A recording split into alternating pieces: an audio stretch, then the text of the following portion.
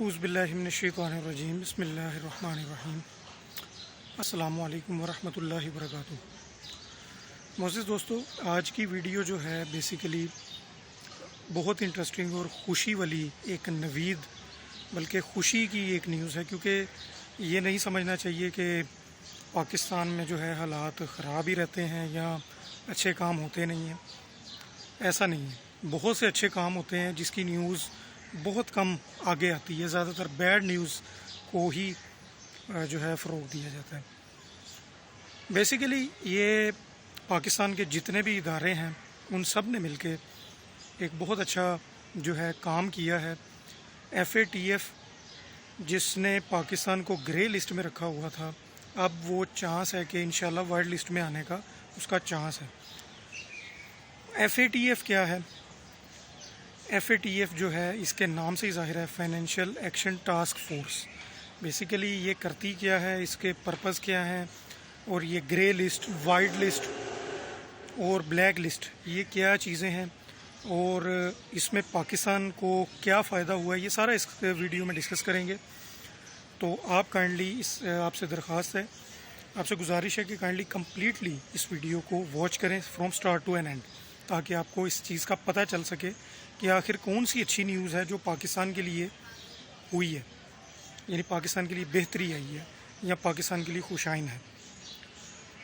یہ جن لمحات سے پاکستان گزر رہا ہے یہ سب واقف ہیں۔ فائنینشلی طور پر بہت زیادہ ڈاؤن ہے، بے روزگاری بہت زیادہ ہے، اور بے شمار معاملات ہیں جس کا بہت زیادہ ہے، جن کو گننا مشکل ہو جاتا ہے سم ٹائم۔ ان حالات کو دیکھتے ہوئے، ان سب حالات کو مد نظر رکھتے ہوئے پاکستان کے سب ادارے، بہت سارے ادارے آپ کہہ سکتے ہیں، جنہوں نے مل کر FATF والا جو ایشو تھا، جس نے پریویس جو ایئر تھا جون 2018 سے پاکستان کو کہہ لیں کہ یہ الٹیمیٹم دیا ہوا تھا کہ اگر وہ جو ان کے 27 نکات ہوتے ہیں FATF والوں کے، وہ انہوں نے مکمل طور پر اس پر عمل پیرا نہ کیا تو پاکستان کو بلیک لسٹ میں شامل کر دیا جائے گا۔ اور اس کے جو نقصانات ہیں اس کا میں تذکرہ کرتا ہوں۔ سب سے پہلے تو یہ جان لیتے ہیں کہ FATF کیا ہے۔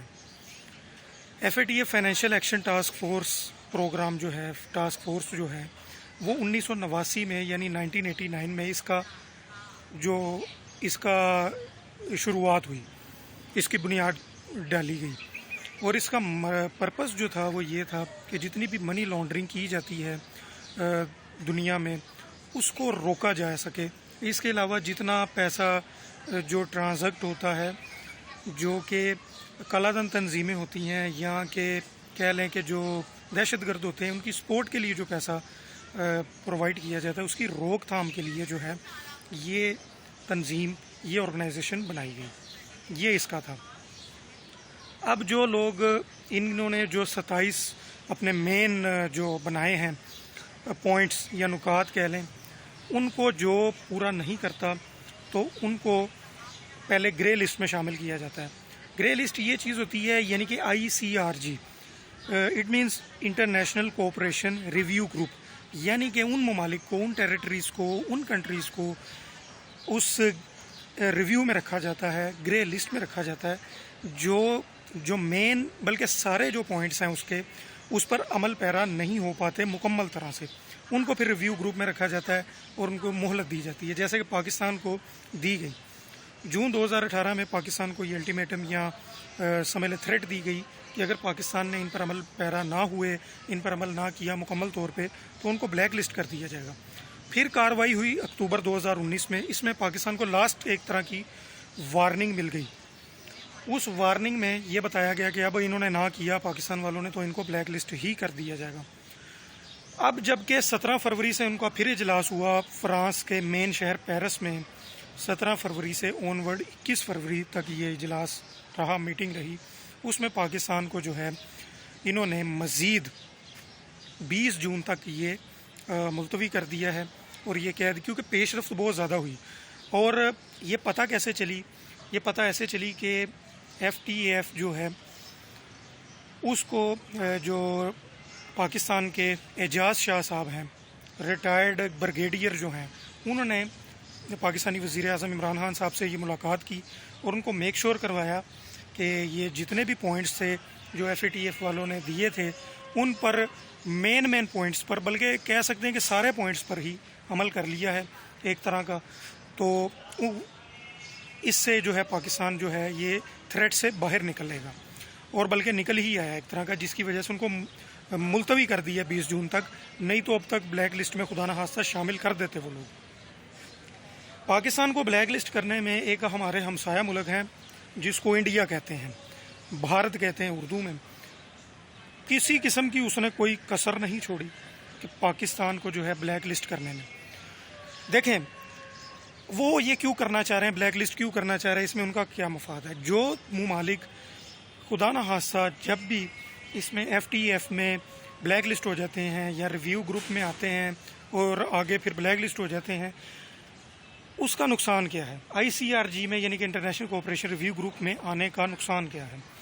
اب جو ممالک اس گرے لسٹ میں ہیں جن کو ICRG میں یا گرے لسٹ کہا جاتا ہے، ان کا نقصان یہ ہوتا ہے بہت بڑا کہ نہ تو وہ کسی بھی طرح کی کوئی امپورٹ ایکسپورٹ کر سکتے ہیں پہلے نمبر پہ. نمبر سیکنڈ یہ کہ ان کے ساتھ جو ہے فائنینشیل ٹرانزیکشن کوئی نہیں کی جا سکتی، بینکنگ معیار ان کا بہت ڈاؤن ہو جاتا ہے، اور وہ پوری دنیا کے سامنے ان کی جو فائنینشیل پوزیشن ہوتی ہے اس پرٹیکولر کنٹری کی، وہ بہت زیادہ ڈاؤن ہو جاتی ہے، جو کہ کسی بھی ملک کے لیے خطرے سے خالی نہیں، بہت ہی بھیانک ہے ایک طرح کی. اور بے شمار نقصان ہیں، جیسا کہ ایشین ڈیولپمنٹ بینک کے ساتھ، اور اس کے علاوہ آپ کہہ سکتے ہیں IMF کے ساتھ، ورلڈ بینک کے ساتھ کسی قسم کی کوئی تعلقات نہیں رہتے. یہ بڑے بڑے مین نقصانات ہیں جس کا میں نے ابھی ذکر کیا ہے آپ کے ساتھ، کہ امپورٹ ایکسپورٹ رک جاتی ہے، تجارتی کام رک جاتا ہے، لین دین کا پروسیجر رک جاتا ہے، اور انٹرنل اور ایکسٹرنل معاملات رک جاتے ہیں. بے شمار قسم کے معاملات رک جاتے ہیں جو کہ فائنینس سے ریلیٹڈ ہوتے ہیں، جس سے ملک کا فائدہ ہوتا ہے وہ رک جاتے ہیں. جب بلیک لسٹ ہو جائے تو پھر وہ ملک ایک طرح کا بالکل ہی بند ہو کے رہ جاتا ہے. تو آپ خود ہی یہ سمجھ سکتے ہیں کہ اس سے جو چھٹکارا مل رہا ہے یا اس سے باہر نکل رہا ہے پاکستان، یہ پاکستان کے لیے بہت خوش آئین ہے، اور عمران خان صاحب کے لیے ایک شاباش ہے بہت بڑی. اب بات کرتے ہیں کہ اس میں کتنے ممالک ہیں. اس میں پاکستان، چائنا، امریکہ، ترکی، شمالی کوریا اور دیگر ممالک کے ساتھ اور 37 ممالک ہیں، جس میں 2 اور آرگنائزیشن بھی ہیں، گلف گروپ بھی ہے، یورپین یونین بھی ہے، جن کا ایک ایک ووٹ تصور کیا جاتا ہے. یہ اس میں شامل ہے. اب جب کہ پاکستان نے یہ پیش رفت کی اور اعجاز شاہ صاحب جو کہ وزیر داخلہ ہیں، انہوں نے مکمل اس بارے میں تحقیق کی، اس بارے میں ورکنگ کری، تو پاکستان کو یہ فائدہ ہوا. اس کے علاوہ یہ فائدہ ہوا کہ جو 3 بڑے ممالک تھے، جو ساتھی ممالک تھے پاکستان کے دوست کہہ سکتے ہیں، چائنا نے، ترکی نے اور شمالی کوریا نے پاکستان کی بہت زیادہ حمایت کی ہے کہ پاکستان کو وائٹ لسٹ میں شامل کرنا چاہیے، جو کہ پاکستان کے لیے بہت بڑی خوشائن چیز ہے. جب ان FATF کے ممبران ممالک میں سے 3-4 بڑے ممالک اس طرح کی سپورٹ کرتے ہیں تو بہت واضح چانس ہوتا ہے کہ وہ ملک وائٹ لسٹ میں جاتا ہے. بھارت نے تو کسی قسم کی کوئی کسر نہیں چھوڑی اس کو بلیک لسٹ کرنے میں، تاکہ پاکستان بالکل ہی ڈاؤن ہو جائے اور کسی قسم کا وہ پاکستان اوپر نہ آ سکے، گرو نہ کر سکے. انہوں نے جاسوس چھوڑے، بڑا پیسہ لگایا، گنڈیاں چھوڑیں، بڑا کام کیا انہوں نے، لیکن اللہ تعالیٰ کے حکم سے تو کچھ نہیں ہو سکا، کچھ بگاڑ نہیں سکے وہ لوگ. تو یہ پاکستان کے لیے میں سمجھتا ہوں بہت بڑی چیز ہے، کارنامہ ہے، اور اس چیز کی بہت زیادہ سمجھ لیں کہ اپریسیشن ہے. اس کے علاوہ اس سے جو پوائنٹ انہوں نے تذکرے کیے ہیں، پچھلے 20 منتھس کا ریکارڈ انہوں نے اس میٹنگ میں رکھا ہے ان کے سامنے، جو کہ جس میں بتایا گیا ہے کہ جتنی کلادن تنظیمیں یعنی بینڈ تنظیمیں تھیں ان کی گرفتاریاں ہوئی ہیں. ان میں سے جو 2 مین تنظیمیں تھیں اور 11 جو ان کی جزوی تنظیمیں تھیں ان کو بھی پکڑ لیا گیا ہے. اس کے علاوہ 200 دہشت گردوں کو بھی حراست میں لیا گیا ہے. اس کے علاوہ اسکول، کالجز، یونیورسٹیز، ڈسپینسریز اور ہسپتال ان کو بھی اپنی تحویل میں لیا گیا ہے. اور ان اداروں کو مینیج کرنے کے لیے 2 ارب اور 40 کروڑ روپیہ ان گندی تنظیموں سے، کالی تنظیموں سے لیا گیا ہے. آپ سمجھ سکتے ہیں کہ کتنی بڑی اماؤنٹ ہے اور ان کو مینیج کیا گیا ہے. اس کے علاوہ بائی لیٹرل تعلقات کو فروغ ملا ہے، فائنینشیل اسسٹنس بہت زیادہ ہوئی ہے، دوسرے ممالک جو بڑے بڑے ممالک ہیں ان سے بہت زیادہ جو ہے سمجھ لیں مین معاملات طے پا رہے ہیں. اس کے علاوہ پاکستان جو ہے جتنے بھی دہشت گردی ہیں جن کو ملزمان جو ہوتے ہیں جو ان ویلڈ ایکٹیویٹیز کرتے ہیں انلیگل ویلڈ ایکٹیویٹیز پرفارم کرتے ہیں ان کو پکڑنے کے لیے پاکستان نے کیا ہے کہ 84 ممالک کے ساتھ جو ہے ان کے ساتھ ریکویسٹ دی ہے کہ ان کے ساتھ ملیں، پاکستان کے ساتھ ملیں، اور بہت زبردست نئی لیگل پالیسیز تشکیل دی گئی ہیں اس کو فروغ دینے کے لیے تاکہ مزید بہتری سے بہتری ہے. پاکستان نے چونکہ آلموسٹ تقریباً سارے ہی پوائنٹس کو کلیئر کر لیا ہے جو کہ پہلے اب تک نہیں کیا تھا، اور یہ جو تھی 20 منتھس کی رپورٹ جو کہ میں نے کچھ پوائنٹس آپ کے ساتھ ذکر کیے جو میٹنگ میں ڈسکس کیے گئے، اور یہ پاکستان کے لیے بہت زیادہ خوشائن ہے، بہت بڑی اچیومنٹ ہے، اور اللہ کرے انشاءاللہ پاکستان ایسے آگے بڑھے اور ہر معاملات میں آگے جائے.